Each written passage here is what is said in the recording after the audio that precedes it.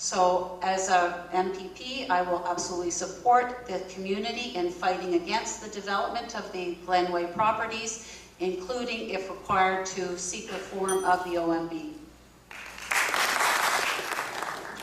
Christina, you should know that it's not reform of the OMB that we need. It is a revision of the Places to Grow legislation that the McGuinty government introduced and passed in 2005, which absolutely overrides any local official plan relative to intensification.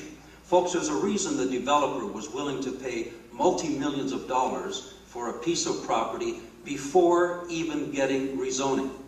And the reason is because the developer knows that the Places to Grow Act usurps the power of local municipalities, and it forces the Ontario Municipal Board to approve the kind of redevelopment that is now before the town of Newmarket for Glenway.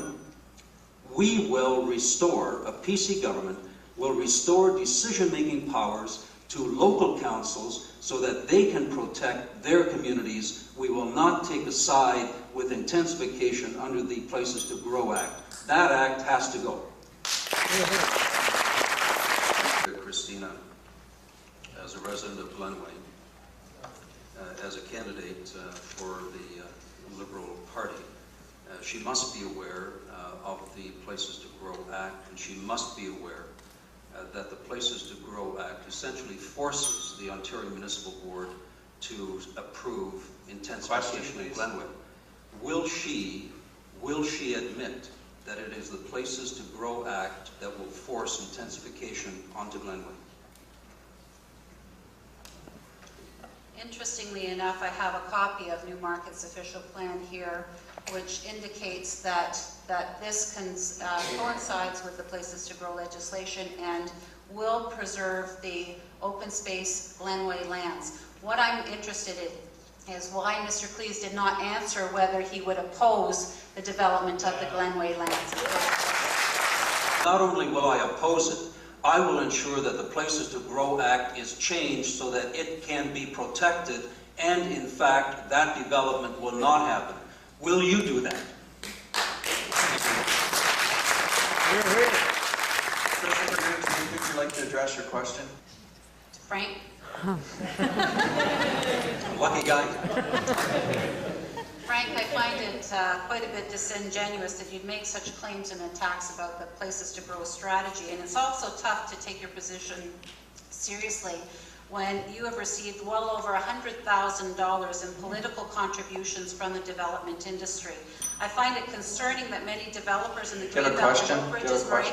Yes, so how can you assure the community of Glenway that you will not be influenced by this kind of contribution from developers on the Oak Ridges Moraine and Glenway lands? I sent a letter to every resident in Glenway stating my very clear position, and that is that I oppose what the development proposal is, that we will change the Places to Grow legislation to give authority back to municipalities to oppose this kind of legislation. I'd like to know, Christina, will you lobby your government to change the Places to Grow Act as well?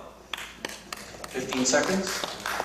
I think the Places to Grow Act was put in place so that we would avoid unnecessary urban sprawl, eliminating green space and putting hazard onto the environment in the interests of developers who are just looking out for their own money interests. And intensify Glenway. Thank you.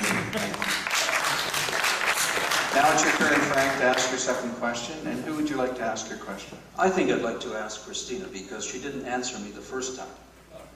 I would like to know, Christina, because you have a copy of the official plan.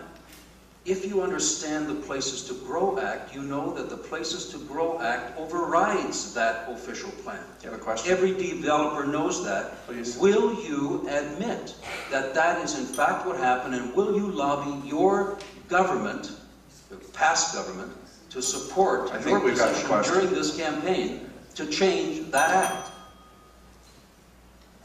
As I said, the Newmarket official plan conforms to the Places to Grow legislation and still protects those lands from development and targets the intensification elsewhere. It does not. 15-second rebuttal, and I'm timing it. You don't understand. understand.